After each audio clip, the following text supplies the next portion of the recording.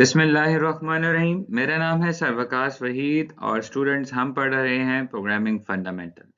जैसा कि आप जानते हैं हम लेक्चर 01 के 3 पार्ट्स कवर कर चुके हैं और लेक्चर 02 हम लास्ट डे कर चुके हैं कवर।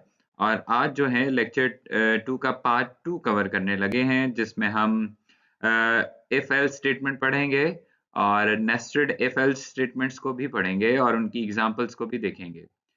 अच्छा, तो व्यूअर्स अगर आपने मेरे इस फर्स्ट लेक्चर को नहीं देखा जिसमें मैंने इफ स्टेटमेंट आपको एक्सप्लेन की है, तो आप प्लीज़ लेक्चर 2 का पार्ट 1 लाज़मी देखिए ताकि आपको इस लेक्चर की भी समझ आ जाए। जी, शुरू करते हैं।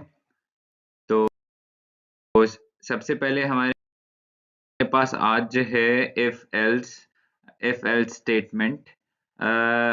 सबसे पहले जो इम्पोर्टेंट चीज़ होती है, मैं आपको बार-बार यही बताता हूँ कि उसका सिंटैक्स होता है, किसी भी स्टेटमेंट का सिंटैक्स हो सकता है या किसी भी लूप का सिंटैक्स हो सकता है, किसी भी फंक्शन का सिंटैक्स हो सकता है। तो सिंटैक्स होता है लिखने का तरीकाकार। तो आपने याद रखना है, सिंटैक्स को याद करके एक दफ़ा प्रैक्टिस कर लें तो ये इंशाल्लाह आपको कभी भूलेगा नहीं। इसका सिंटैक्स इस तरीके से कि आपको सबसे पहले इफ स्टेटमेंट यूज़ करनी है और उसकी ब्रैकेट्स जैसे कि हम पहले भी इस्तेमाल करते रहे हैं और कंडीशन अप्लाई करनी है उसकी ब्रैकेट के अंदर। और यहाँ पर अगर आप देखें तो इसकी ओपनिंग ब्रेसेस थी, ये इसकी क्लोजिंग ब्रेसेस थी और यहाँ पे हमारे पास इफ स्टेटमेंट का जो कोड है, जो ब्लॉक ऑफ कोड है वो यहाँ पर लिखा जाएगा।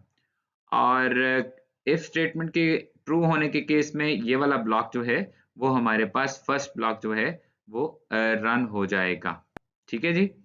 और नेक्स्ट अगर बात करें, अगर ये कंडीशन ट्रू नहीं होती तब हमारे पास एल्स इफ की कंडीशन आएगी।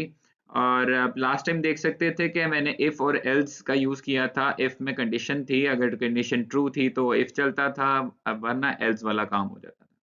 यहाँ पर हमारे पास मल्टीपल कंडीशंस आ जाती हैं। लेट्स सपोज हमने पहली कंडीशन लगाई, अगर वो ट्रू होती है तब ये कोड चलाना, अगर वो ट्रू नहीं हो रही तो आप नेक्स्ट कंडीशन को एक दफा चेक कर लें। यहाँ पे एल्स इफ लगा के आप एक और कंडीशन रख दें, क्या ये हमारी कंडीशन ट्रू होती है? अगर ये वाली कंडीशन ट्रू हो जाती है तो फिर ये वाला कोड चला देना। लेकिन अगर इन दोनों में से कोई कंडीशन ट्रू नहीं होती तब हमारे पास जो भी एल्स में रखा होगा वो प्रिंट हो जाएगा। आप इसमें ज्यादा दफा कंडीशंस लगा सकते हैं। लेट्स सपोज आपने इफ कंडीशन लगा दी है, चेक कर लिया वो ट्रू है या नहीं, फिर चेक कर लिया एल्स इफ क्या ये ट्रू है या नहीं, या एक और लगा सकते हैं आप एल्स इफ क्या वो ट्रू है या नहीं।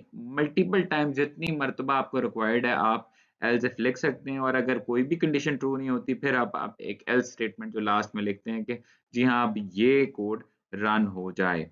तो इस तरह से बहुत सी प्रॉब्लम्स होती हैं जो हमारे लाइफ में आती रहती हैं। लेट्स सपोज अगर किसी पर्सन को चेक करना है क्या वो नेशनैलिटी होल्डर है या नहीं, लेट्स सपोज पाकिस्तानी है या नहीं, तो उसके लिए सीएनआईसी उसका चेक करना, सीएनआईसी वैलिड है या नहीं, फिर उसकी सिटी चेक कर लेना, फिर उसके फादर का सीएनआईसी चेक करना। इस तरह से और बेहतरीन किस्म की हम कंडीशंस बना सकते हैं। या किसी इंस्टीट्यूट का एम्प्लॉय है तो उसकी चेकिंग करनी है तो आप ये वाली कंडीशंस लगा सकते हैं। तो रियल लाइफ प्रॉब्लम में बहुत जगह इस्तेमाल होती हैं ये वाली चीज़ें। आगे चलते हैं जी। इसकी एग्ज़ाम्पल की तरफ आपको मोर क्लियर हो जाएगा कि एग्ज़ाम्पल से ये कैसे काम करती है। जी आप जानते हैं हमने हैश इंक्लूड आईओस्ट्रीम में यूज़ किया है यूजिंग नेमस्पेस स्टैंडर्ड और इंट में, और यहाँ से हमारा कोड स्टार्ट होता है। सबसे पहले हमने एक डेटा टाइप ली है यानी कि कैरेक्टर टाइप की, और एक वेरिएबल का नाम लिया है ग्रेड।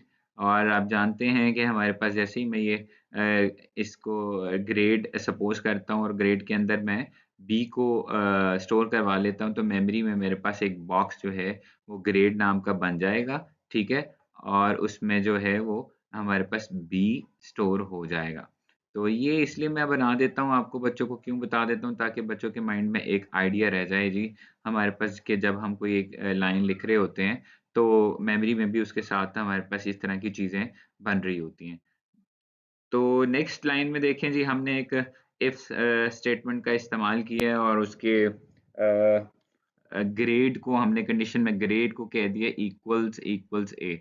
इसका मतलब होता है क्या ग्रेड में ए है, अगर ग्रेड में ए होगा तो ये कंडीशन ट्रू होगी, अगर ए होगा तो ये कंडीशन ट्रू होगी। और अगर ये हो गया, कंडीशन ट्रू हो गई, तो जो उसकी बॉडी के अंदर लिखा है ओपनिंग ब्रैकेट और ओपनिंग ब्रेसेस और क्लोजिंग ब्रेसेस में जो भी हमारे पास सेट ऑफ कोड लिखा है उसने एग्जीक्यूट हो जाना है। तो यहाँ पर हमारे पास लिखा है एक्सीलेंट।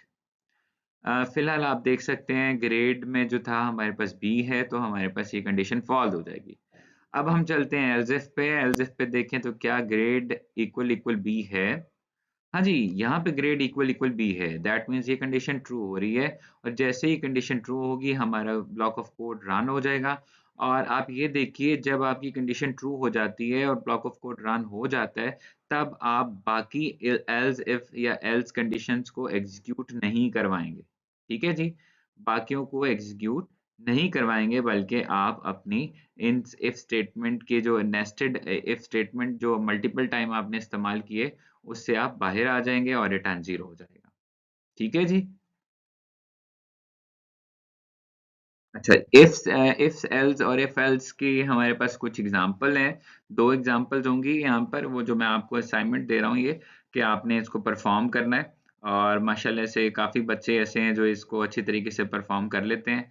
जी, इसमें एक कोड लिखना है ताकि इलेक्ट्रिसिटी बिल कैलकुलेट करें हम, और इसमें आपने ये सारी रिक्वायरमेंट्स पूरी करनी है कि इनपुट आईडी आईडी लेनी है आपने, यूज़र से उसका नेम लेना है, नंबर ऑफ़ यूनिट्स पूछने हैं, और कंडीशन इम्प्लीमेंट करनी है। अगर यूनिट्स 200 से लेस हैं तो प्राइस आपने 1.2 रुपीस लगानी है पर यूनिट, और यूनिट्स अगर 200 टू 14 के 400 के दरमियान है तो यूनिट पर प्राइस आपने लगानी है 1.5 रुपीस। और इसी तरह से आपने चौथी कंडीशन भी लगानी है, पांचवी भी, और लास्ट में आपने डिस्प्ले भी करके देना है ID, name, number of units और टोटल बिल जो कैलकुलेट हो जाएगा।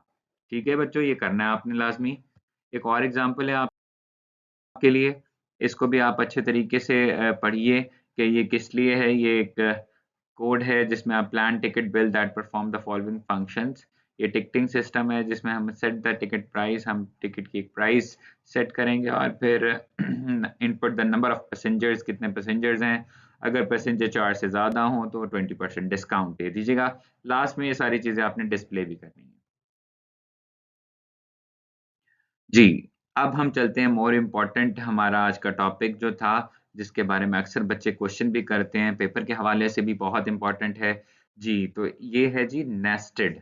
नेस्टेड का मतलब, वैसे तो नेस्ट का मतलब घोंसला होता है, और अगर आप घोंसले को देखें, तो घोंसला एक चिड़िया कैसे बनाती है कि तिनकों के अंदर तिनके रखती है और फिर उसके अंदर तिनके रखती है। इसी तरीके से वो उसको सर्कुलर जो सर्कुलर उसके तिनके होते हैं, वो कंप्लीट कर लेती है और एक नेस्ट बन जाता है।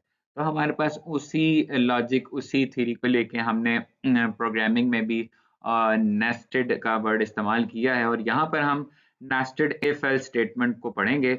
इसका मतलब ये होता है कि समटाइम हमारे पास एक इफ स्टेटमेंट लगा दी गई है और उसके अंदर एक और इफ स्टेटमेंट लगानी थी।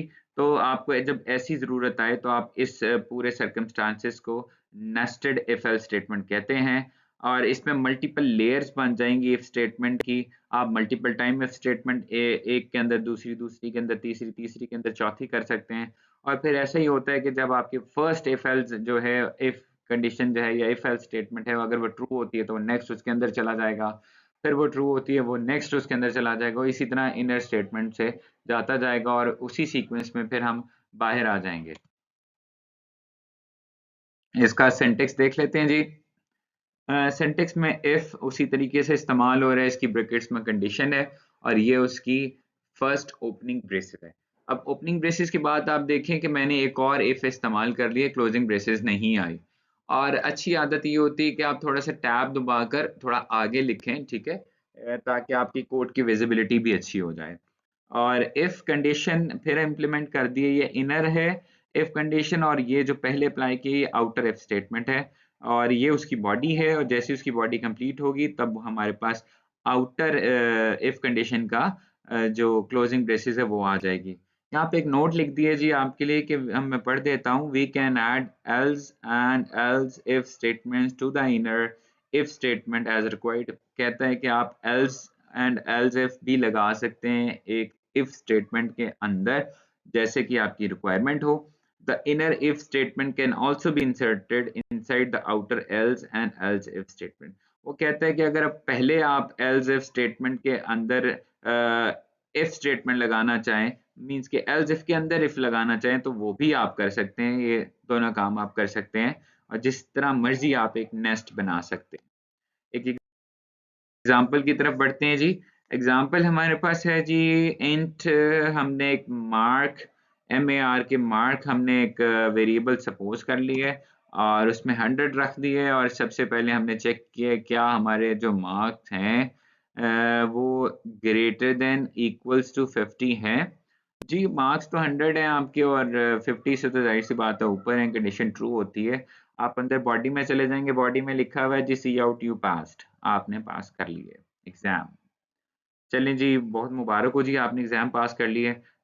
लेके आगे देखते हैं जी। अगले रिमार्क्स हैं कि इफ अगर मार्क्स आपके इक्वल इक्वल 100 हैं, मतलब पास तो कर लिए और लेकिन बच्चा बहुत लाइक है और उसके मार्क्स पूरे 100 हैं, तब आप उसको कहें जी परफेक्ट, बहुत अच्छा काम किया आपने। एल्स में आ जाएंगे। एल्स की अगर आप देखें तो उसके ऊपर दो क्लोजिंग ब्रेसेस थी। दो क्लोजिंग ब्रेसेस से मुराद है कि एक इनर इफ की क्लोजिंग ब्रेसेस है और एक आउटर की।